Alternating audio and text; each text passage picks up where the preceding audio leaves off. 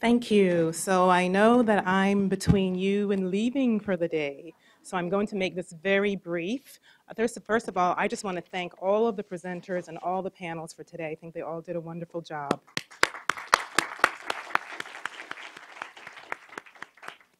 So I'm not going to take a long time. I wanted to ask you about if you have any reactions from today in terms of thoughts that you had during the presentations, or were there certain things that were said that you reflected on and that stood out for you? And I wrote down a long list of some things that I thought were interesting and that I wanted to reflect on. I'm going to share with you some of the things that I wrote down, and that will give you a couple of minutes to think among yourselves if you have any reflections that you want to share. One had to do with multi-sector approaches and the importance of that, comprehensive approaches, the notion of sustainability, adaptation and questions around adaptation. When is adaptation appropriate? And the comment about the need for systemic situation analysis in each setting. The role of non-scientific factors and judgment, and the role that that plays in implementing evidence-based programs or in implementation.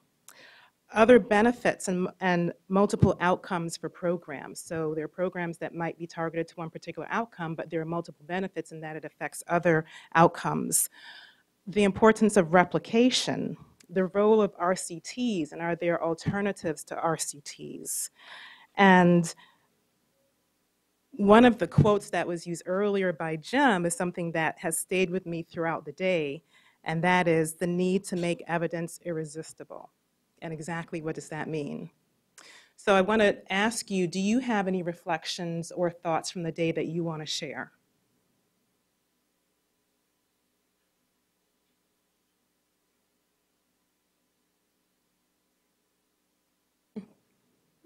Yes. Thank you, Jacqueline. I was struck today by the fact that we didn't really bring up gender in any central role. And it seems to me that some of the changes in particularly maybe intimate partner violence could be due to changing roles of women or changing ideas about masculinity among younger people rather than older people. And I think that the gender difference, and I also think that cultural differences, and it's begun to come out, but that there's so much we can learn from other places. I mean, we heard about Tanzania this morning, and I know that the Minister of Women's Affairs in Cambodia took a delegation from Cambodia to Tanzania to see what they were doing about violence. Now that's, she didn't bring them here. She took them to Tanzania. So I really do think that we have to look with an open mind and open eyes at what some other places are trying. Okay, so gender differences, the importance of gender, culture, and learning from other places. Okay, any other reactions or thoughts to share? Yes, Francis. I just wanted to reflect on all of the studies that I'm quite intrigued when we go to high-income countries and low-income countries. And I think about within the United States of America, we might be a high-income country, but there are pockets within the U.S. that reflect developing countries, and that there are pockets of violence in communities that may not resonate with some of the findings of the studies that may have come based on a high-income country. So I think at some point maybe we should get down into the depths of this, because it really impacts a lot of the people that many communities are working with, to give them the better ideas on how does the evidence work for them in their community, in their low-income developing community, even though they're in a rich country. Okay. Thank you. And one last reaction. You want to come to the mic?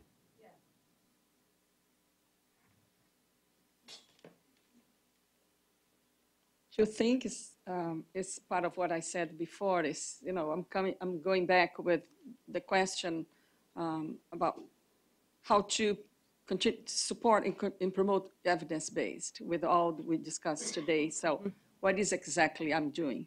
The other thing is, all of that is very policy oriented also. And I felt the need for this, this conversation here to reflect also some policy issues. Because, the decision makers, funding opportunities, or, how Harriet was saying, well, we needed to have, government doing this, or lawmakers doing that, or organizations doing this. So this is all a policy, making decision. And I think we needed to incorporate this kind of aspect in our conversations. Okay, so the importance and relevance of policy. Yes. Okay, all right. So thank you for sharing your thoughts and your reactions from the day. Just a couple more minutes. The other thing that I'm here to do is to provide some setup for tomorrow. In the beginning of today, at the start of today, Jim mentioned and talked about the fact that the framework for this workshop was based on the knowledge management framework.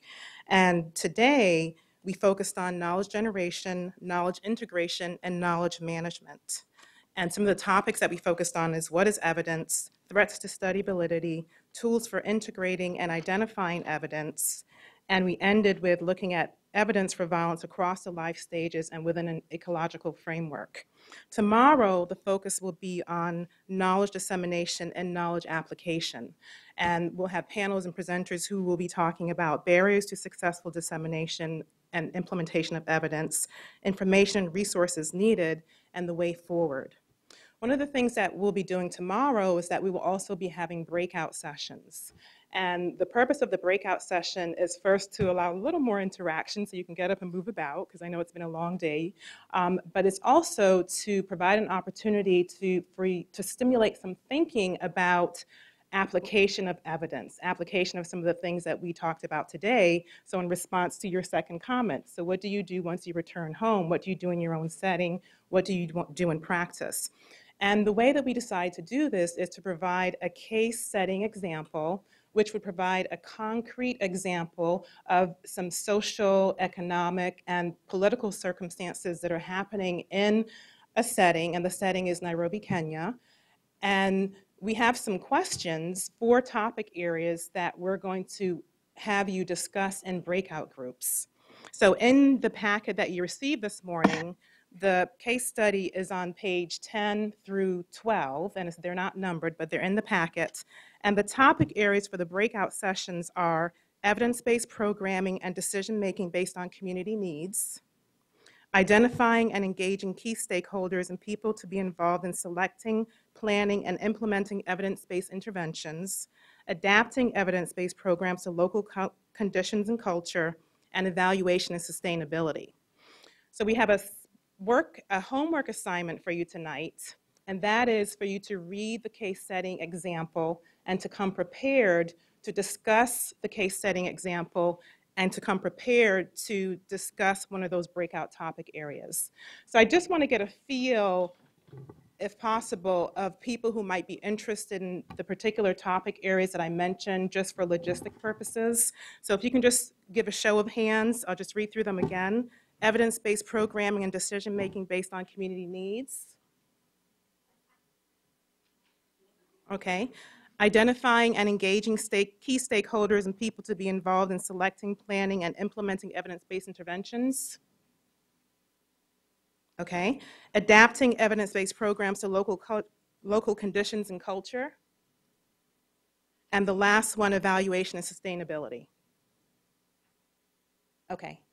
Thank you, that's helpful. So you're not tied to that, but it just gives us a sense of where the interest is. So again, the assignment for tonight is for you to take a look at the case study and to come prepared tomorrow to discuss the case study, and you can also take a look at the questions for the breakout area that is of interest to you. And that's it. So at this point, I'm going to turn it over to DePauli. Do you want to talk about the logistics for tomorrow? So we start at 8:15 tomorrow. And that's it. We'll see you bright and early. Thank you. And there will be continental breakfast. And there will be a continental breakfast.